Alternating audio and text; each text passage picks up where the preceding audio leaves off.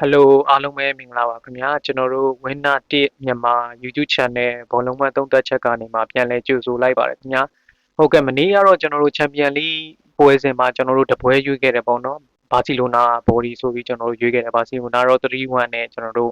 နိုင်သွားတယ်ပေါ့နော်ဆိုတော့ဒီနေ့ကတော့ကျွန်တော်တို့ Champion League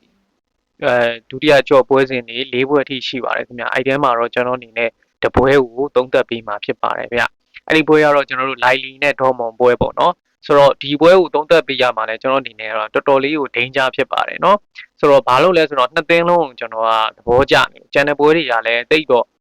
ရွေးချယ်ရခက်တယ်ဒီပွဲလေးကိုကျွန်တော်အနေနဲ့ရွေးချယ်သုံးသက်ပေးမှာဖြစ်ပါတယ်ဟုတ်ကဲ့ဒီပွဲမှာကျွန်တော်တို့လိုင်လီရနေပြီးတော့ကျွန်တော်တို့ level 10ရှုံးကျွန်တော်တို့ကိုပေါင်းစီးက3လုံး90စားဆိုပြီးတော့ပြီးထားတယ်ခင်ဗျဆိုတော့ဒီအသင်းဒီနှစ်သင်းဒီကျွန်တော်တို့ပထမအကြော့တုန်းက1-1နဲ့တည်ချခဲ့တယ်အဲဒီတုန်းကဒေါ်မွန်ကအိမ်ခွင်းမှာတစ်လုံး20စားကိုပေါင်းစီးက3လုံး80စားဆိုပြီးတော့ကျွန်တော်တို့1-1နဲ့တည်ချခဲ့တယ်ပေါ့နော်ဆိုတော့ဒီနှစ်သင်းဟတ်တူဟတ်ရဆိုရင်ဒီနှစ်သင်းဒီအိမ်ခွင်းရောအဝေးခွင်းရောကန်တဲ့ပွဲမှာတရေပွဲတွေပဲကျွန်တော်တို့ဖြစ်ခဲ့တယ်เนาะဘယ်အသင်းမှကျွန်တော်တို့မနိုင်ခဲ့ဘူးပေါ့နော်ဆိုတော့လိုင်လီဒီကျွန်တော်တို့ချန်ပီယံလိကျွန်တော်တို့အိမ်ခွင်းမှာဆိုလို့ရှိရင်ကျွန်တော်တို့သူအိမ်ခွင်းတော်တော်ကောင်းခဲ့တယ်အိမ်ခွင်းမှာသူရာဂိုးက17ဂိုးထိတောင်ကျွန်တော်တို့ရှိတယ်ပေါ့နော်ပေးကိုက4ဂိုးရှိတယ်တပွဲပဲကျွန်တော်တို့ဂိုးမပေးရတာဆိုတော့အဲ့ဒါကတော့ Real Madrid ကိုကျွန်တော်တို့ဂိုးမပေးခဲ့ရဘူးเนาะအဲ့ဒီပွဲပဲကျွန်တော်တို့ဂိုးမပေးရတဲ့ပွဲကျန်တဲ့ပွဲတွေအကုန်လုံးဂိုးပေးရလိုင်လီဒီReal Madrid ကို1-0နဲ့နိုင်ခဲ့တယ်ကျွန်တော်တို့လိုင်လီဒီအိမ်ခွဲမှာကျွန်တော်တို့ဖီယင်နိုကို6-1နဲ့နိုင်ခဲ့တယ်အဲ့ဒီပွဲလေးဒီဂျူဗင်တက်ကိုလည်း1-1တည်ချခဲ့တယ်ပေါ့နော်အိမ်ခွင်းကတော့လိုင်လီကတော့ short တွက်လို့မရတဲ့အသင်းပေါ့နော်ဆိုတော့အဝေးကွင်းကျွန်တော်တို့ဒေါ်မုံကိုကြည့်မယ်ဆိုရင်လည်းအဝေးကွင်းမှာသူ့အနေနဲ့ကပွဲတိုင်း9ရတယ်ပြီးတော့အဝေးကွင်း9က12ဂိုးထိသွင်းထားပြီးတော့ clean sheet ကကျွန်တော်သူက3ပွဲတောင် clean sheet ရထားတယ်ဒေါ်မုံကလည်း short တွက်လို့မရဘူးဗျဆိုတော့ဒေါ်မွန်ဒီကျွန်တော်တို့ဘွန်ဒက်လီဂါမှာတော့အဆင့်30ပဲရှိနေတာပေါ့နော်ဆိုတော့ဒီနှစ်သင်းကကျွန်တော်ပါကြော့တုံးကကျွန်တော်ခြေစွမ်းကိုကျွန်တော်ကြည့်မယ်ဆိုလို့ရှိရင်ကျွန်တော်တို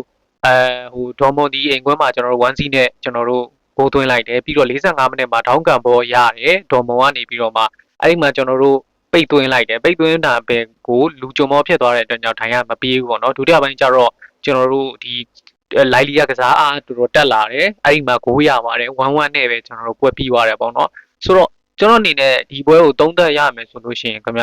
ျကျွန်တော်တော့ဒေါမွန်ဝဲသဘောကျတယ်။ဘာကြောင့်ဒေါမွန်သဘောကျလဲဆိုလို့ရှိရင်လိုင်လီလည်းကျလိုင်လီကိုလည်းသဘောကျတယ်ဒေါမွန်လည်းသဘောကျတယ်ဒါပေမဲ့နှစ်သင်းနဲ့ကတသိန်းကိုရွေးပါဆိုလို့ရှိရင်တော့ကျွန်တော်အနေနဲ့ကတော့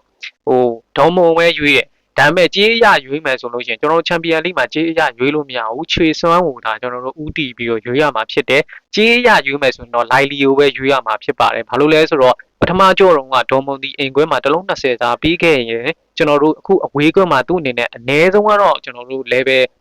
60 80 80ဒီလောက်ကတော့သူ့အနေနဲ့ဒီဂျားထဲမှာသူကပေးဖို့ပေးရမှာပေါ့အဲ့ဒါအောင်မှလိုင်လီကအိမ်ရှင်ကျွန်တော် level 10ရှုံးဆိုပြီးတော့သူကပေးထားတယ်ဗျဆိုတော့ကျွန်တော်အနေနဲ့ကြေးကိုကျွန်တော်တို့မစင်းစားဘဲနဲ့ကျွန်တော်အနေနဲ့ခြေစွမ်းကိုပဲကျွန်တော်တို့စဉ်းစားမယ်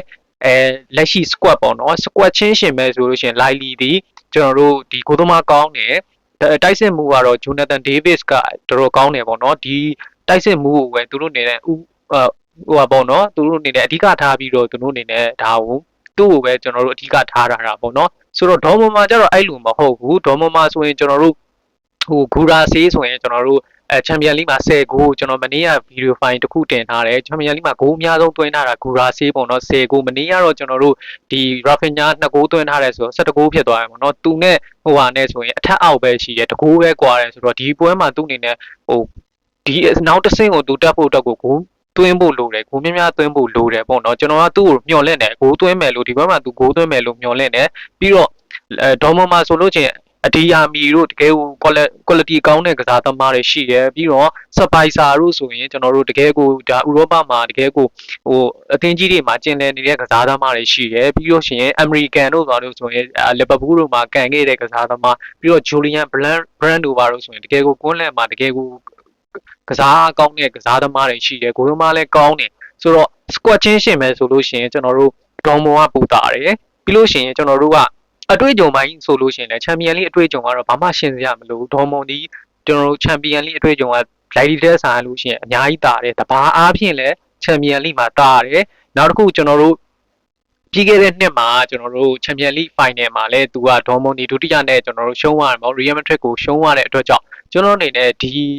round 16မှာတော့မဖြစ်မနေဒေါ်မွန်ဒီ lively ကိုနိုင်သွားလိမ့်မယ်လို့ထင်တယ်ဟိုနောက်တစ်ဆင့်ကိုတက်မဲ့အသင်ဟာဒေါ်မွန်ပဲဖြစ်လိမ့်မယ်လို့ကျွန်တော်ထင်တယ်အဲ့တော့ဟိုကြေးရတော့တရေလောက်တော့ကြကောင်းကြသွားနိုင်တယ်သို့တော့နောက်တစ်ဆင့်တက်မဲ့အသင်ဟာဒေါ်မွန်ပဲဖြစ်လိမ့်မယ်လို့ကျွန်တော်အနေနဲ့ယုံကြည်တယ်အဲ့ဒီအတွက်ကြောင့်ဒေါ်မွန် body ကိုပဲကျွန်တော်တို့ရွေးပါတယ်ခင်ဗျာဟုတ်ကဲ့ဒီနေ့ပွဲစဉ်လေးကတော့ဒီလောက်ပါပဲခင်ဗျာကျွန်တော်ရဲ့ YouTube channel ကိုလည်း like and subscribe လေးလုပ်ထားပါခင်ဗျာ Telegram channel ထဲမှာတော့ကျွန်တော်အနေနဲ့ဟိုမောင်းကတ်ကလေးတင်ပေးပါမယ်เนาะဟိုဟာပေါက်ကြီးတွေလည်းကျွန်တော်တို့တင်ထားပေးပါတယ်ခင်ဗျာဟုတ်ကဲ့အားလုံးကိုကျေးဇူးတင်ပါတယ်ခင်ဗျာ